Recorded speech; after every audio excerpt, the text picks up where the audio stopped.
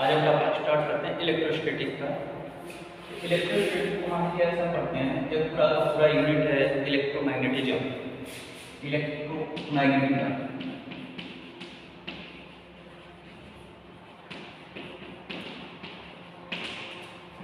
अब इलेक्ट्रोमैग्नेटिज्म इसमें आपको दिख रहा है कि इसमें देखो पहला वर्ड क्या है, इलेक्ट्रो, दूसरा है magnetism.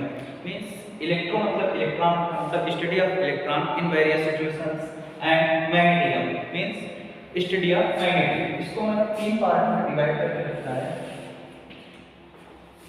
First one is electrostatic,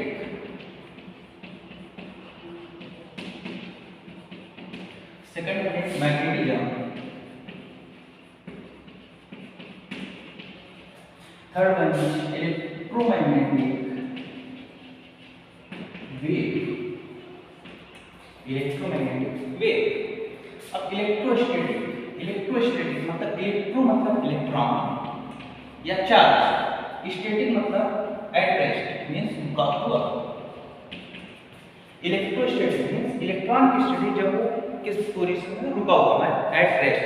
तो इलेक्ट्रॉन एट रेस्ट, तो हमको क्या पढ़ना चाहिए, electrostatic. when electron moves with when electron move या electron is moving with constant speed, जब इलेक्ट्रॉन कांस्टेंट स्पीड से मूव कर रहा हो तो हमें क्या पढ़ना चाहिए, magnetism. And when electron is accelerate, when electron is accelerate, when the electron is accelerate, तो हमको क्या पढ़ना चाहिए, इलेक्ट्रोमैग्नेटिक वेव। अब मान लीजिए कि जैसे हम इलेक्ट्रॉन मींस इलेक्ट्रॉन लेते हैं चार्ज। अब यहाँ पर बेसिकली स्टडी ऑफ चार्ज किया, तो हम चार्ज के बारे में जानते हैं थोड़ा सा कि व्हाट इज चार्ज।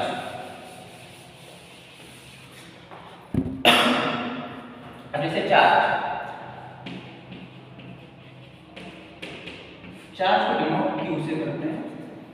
अब इसमें चार्ज में क्या होता है, मान लीजिए जैसे चार्ज है हमारा, तो चार्ज की एग्जैक्ट या वेल डिफाइन नहीं कर पाए हैं, क्योंकि चार्ज होता है इसमें डिफाइन नहीं कर पाएगा। जैसे आपसे मान लीजिए बोल दिया गया कि ये डस्टर है, ये हमारा क्या है, डस्टर। अब डस्टर को डिफाइन करें तो इसको हम डिफाइन नहीं कर सकते कि डस्टर, बस ये हमको पता है कि इसकी प्रॉपर्टी कहते हैं। मान लीजिए इससे बोल सकते हैं इधर ये हमारा स्पंज से बना हुआ है, दूसरा हमारा प्लास्टिक पीछे लगा हुआ है, एंड इसका जो काम होता है ब्लैक बोर्ड पे या ग्रीन बोर्ड को साफ करना।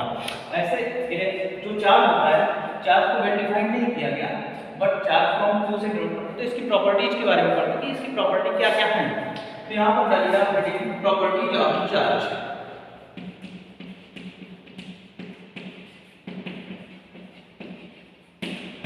प्रॉपर्टीज ऑफ चार्ज, तो देखिए सबसे पहले इसके यूनिट जानेंगे, unit of charge.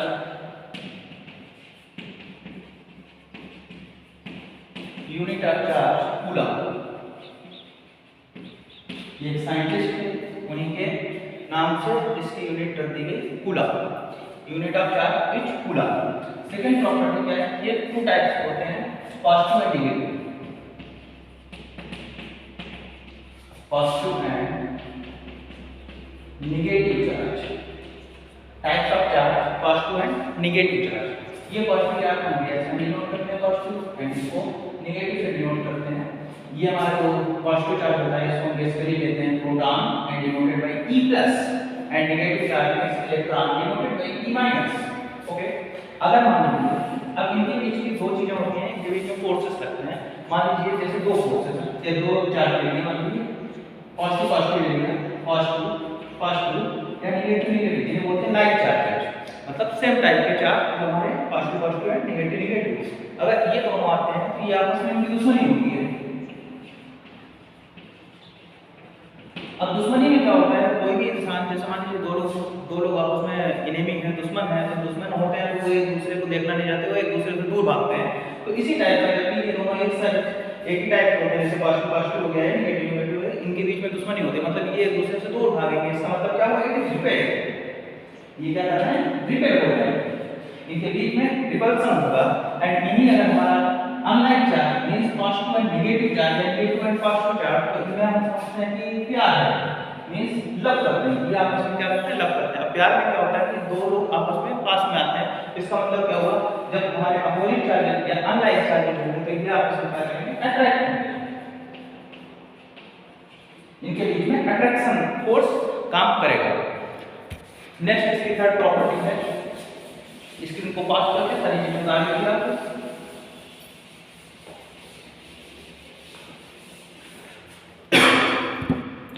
Third number क्या है, अब इसको हम एक प्रॉपर्टी आती है quantization of charge.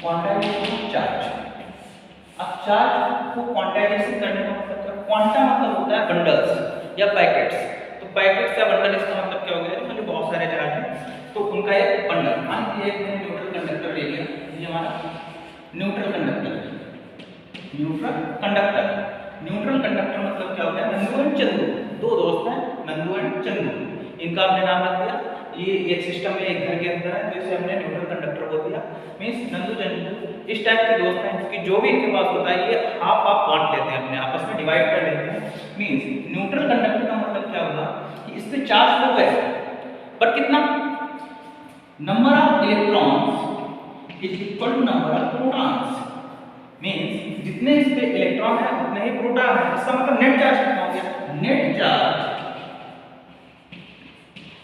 Eight neutral conductor is 0 coulomb, net charge at neutral conductor is 0 coulomb, तो इसका मतलब क्या होगा, जो भी हमारे न्यूट्रल कंडक्टर है उस पे number of electrons equal to number of protons होता है। अब जैसे जो भी कंडक्टर है, कंडक्टर हमारा मॉलिक्यूल से मिलकर बना है, जैसे कंडक्टर एक मटेरियल है, मटेरियल हमेशा मॉलिक्यूल से मिलकर बना होता है एंड जो भी मॉलिक्यूल्स होते हैं वो एटम से मिलकर बने होते हैं, एंड एक एटम के अंदर मान लीजिए कोई भी किसी भी एलिमेंट का एक एटम है, एटम में एक होता है न्यूक्लियस, न्यूक्लियस के अंदर होते हैं proton and neutron and outer most orbit में इलेक्ट्रॉन मूव करते रहते हैं, तो ये जो इलेक्ट्रॉन है मींस जो इसका पूरा जो भी एटम है, एटम का जो मास है, मास एक जगह फिक्स हो गया, मींस इसका मतलब क्या हुआ, मास एक जगह फिक्स हो गया एंड इलेक्ट्रॉन जो है, इलेक्ट्रॉन चारों तरफ उसके घूम रहे हैं, तो अगर किसी भी न्यूट्रल कंडक्टर से हम ट्रांसफर कर सकते हैं तो वो केवल इलेक्ट्रॉन ही ट्रांसफर कर सकते हैं, ना कि प्रोटॉन। तो ऐसे मान लीजिए एक हमने क्या किया, न्यूट्रल कंडक्टर, अब न्यूट्रल एक सेकंड बॉडी में न्यूट्रल कंडक्टर भी, ये न्यूट्रल कंडक्टर ये भी ले लिया, अब इससे यहाँ से हम क्या ट्रांसफर कर सकते हैं, ओनली इलेक्ट्रॉन ट्रांसफर कर सकते हैं। अब जब इलेक्ट्रॉन ट्रांसफर कर सकते हैं तो इसका मतलब क्या होगा कि यहाँ से मान लीजिए ये एक न्यूट्रल बॉडी है, इसमें 50 इलेक्ट्रॉन हमने यहाँ से उठा के इधर ट्रांसफर कर दिए, जब इसमें ट्रांसफर किए इसका मतलब क्या हुआ, ये बॉडी पॉजिटिवली चार्ज हो गई एंड ये बॉडी नेगेटिवली चार्ज हो गई, क्योंकि इसके ऊपर हमारा क्या आ गया, इलेक्ट्रॉन आ गए। अब जैसे इसको ऐसे समझिए, मान लीजिए कि जैसे दो व्यक्ति हैं, एक के पास बहुत सारा रुपया है, एक के पास कम अमीर मतलब गरीब है, तो गरीब वाला दूसरे से जब धन मांगने जाता है या मनी मांगने जाता है तो मनी जब मांगता है तो कर्ज में डूब जाता है। कर्ज का मतलब क्या हो गया, जैसे कर्ज में डूबना मतलब एक जो लोन टाइप का, तो ये लोन ले लेता है एंड लोन कैसा होता है, हमेशा निगेटिव रखता है आपको कि अभी देना है अभी देना है, एंड जिसके पास ज्यादा होगा मींस जिसके पास पॉजिटिव होगा ज्यादा होगा वही दे पाएगा। तो इसका मतलब क्या है, जब भी इलेक्ट्रॉन का ट्रांसफर एक बॉडी से दूसरी बॉडी पे हो जाता है या न्यूट्रल बॉडी से दूसरी न्यूट्रल बॉडी पे हो जाता है, तो जो देता है वो पॉजिटिवली चार्ज होता है और जो लेता है वो निगेटिवली चार्ज बॉडी हो जाती है। अब मान लीजिए इसमें 50 इलेक्ट्रॉन दिए थे, तो इस पे जो चार्ज आएगा वो 50 प्रोटॉन के टाइप में आएगा, मींस इसमें पॉजिटिव चार्ज आ गया। इसका मतलब ये नहीं कि इसमें 50 इलेक्ट्रॉन निकल गए तो ये इसमें खत्म हो गए इलेक्ट्रॉन, इसका मतलब ये नहीं, मींस अगर 50 इलेक्ट्रॉन निकल गए इसका मतलब number of electrons and number of protons equal 50 electron जब निकल गए तो यहाँ पर जो 50 प्रोटॉन थे 50 नंबर ऑफ प्रोटॉन 50 जो थे वो क्या हो गए, एक्टिवेट हो गए। जैसे एक्टिवेट हुए तो बॉडी कैसे हुई, अब मान लीजिए कोई ऐसे बने कि मान लीजिए यहाँ पर हमने 1.5 इलेक्ट्रॉन को यहाँ से निकाल के इधर भेज दिया, तो ये इंटरप्रेट नहीं कर सकते हम, क्योंकि जो चार्ज होता है चार्ज के अंदर स्मॉलेस्ट यूनिट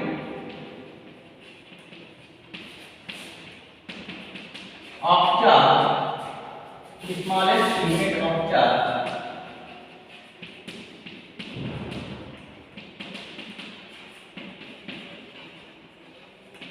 को हमने इलेक्ट्रॉन ही माना है। आज के अभी के टाइम में बहुत सारी जो ऐसे पार्टिकल्स हैं जिनकी खोज हो चुकी है, उनमें क्वार्क्स होते हैं। क्वार्क्स जिनकी जो मैग्नीट्यूड होता है, जो magnitude e/2 plus minus 2e/3 और इधर 3, तो इस टाइप का होता है। अब मान लीजिए अभी हमारे लिए इलेक्ट्रॉन सबसे स्मॉलेस्ट है, जो सबसे स्मॉलेस्ट है मतलब एक इलेक्ट्रॉन सबसे स्मॉलेस्ट है, उसका भी हम तोड़ लेंगे क्या? उसका हम तोड़ नहीं सकते, क्योंकि हमने इलेक्ट्रॉन को सबसे स्मॉलेस्ट माना था, ये हम रिप्रेजेंट नहीं कर सकते। इसका मतलब क्या हुआ, जो भी हमारा ट्रांसफॉर्मेशन होगा एक बॉडी से दूसरी बॉडी के ऊपर इलेक्ट्रॉन्स का वो नंबर ऑफ इंटीजर्स होगा, 1 electron, 2 electron, 5 electron, 50 electron, 100 electron, जो भी लेना है आपको। तो जो भी क्वांटाइजेशन होता है Q = NE को प्लस माइनस का मतलब क्या होगा, जो भी हमारा चार्ज है देन Q = NE, ये इसे बोलते हैं क्वांटाइजेशन ऑफ चार्ज। जो हमारी नेक्स्ट प्रॉपर्टी आती है, मान लीजिए कि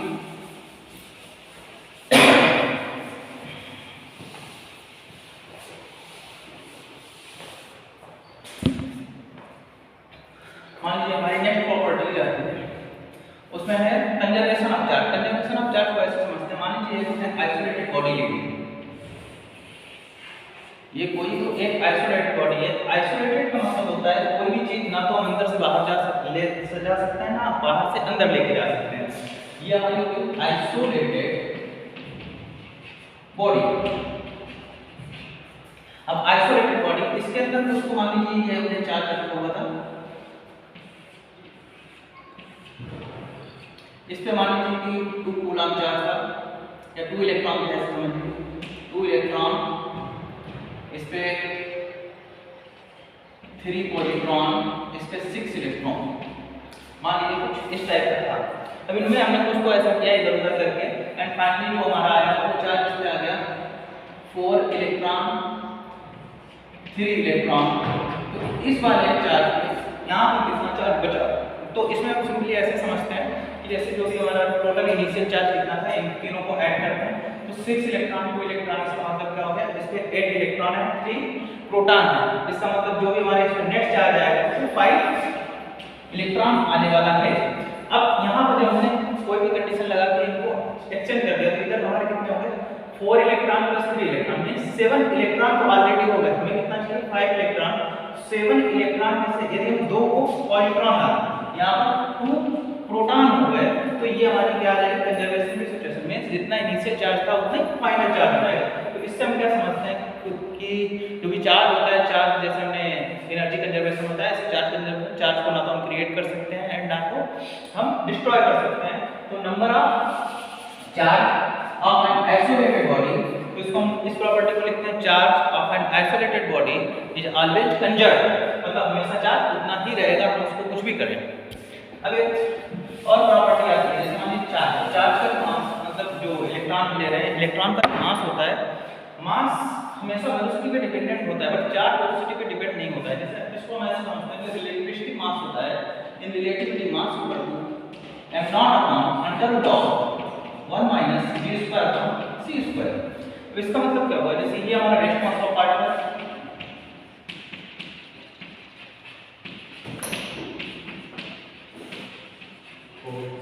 rest mass of particle and with the velocity of particle and c is the speed of light, c is the speed of light। अब यहाँ पर जैसे जो हम जनरल यूनिट में आते हैं, जैसे मान लीजिए हम चल रहे हैं तो हमारी वेलोसिटी कितनी हो सकती है, मैक्सिमम 1000 किलोमीटर के हिसाब से बात करते हैं, या 1000 मीटर पर सेकंड के हिसाब से मान लीजिए हम 1000 मीटर 1000 मीटर पर सेकंड से हम आगे की तरफ बढ़ सकते हैं, मतलब मूव कर सकते हैं। तो यहाँ पर जब वेलोसिटी डालेंगे तो speed of light c = 3 × 10⁸ metre पर सेकंड आती है। इसके कंपैरिजन में ये स्पीड बहुत छोटी है, इसका मतलब छोटा अपॉन बड़ा, ज्यादा से छोटा ये वेलोसिटी ऑफ पार्टिकल, इसका मतलब क्या हो गया, ये हमारी बहुत छोटी in comparison to c like speed of light.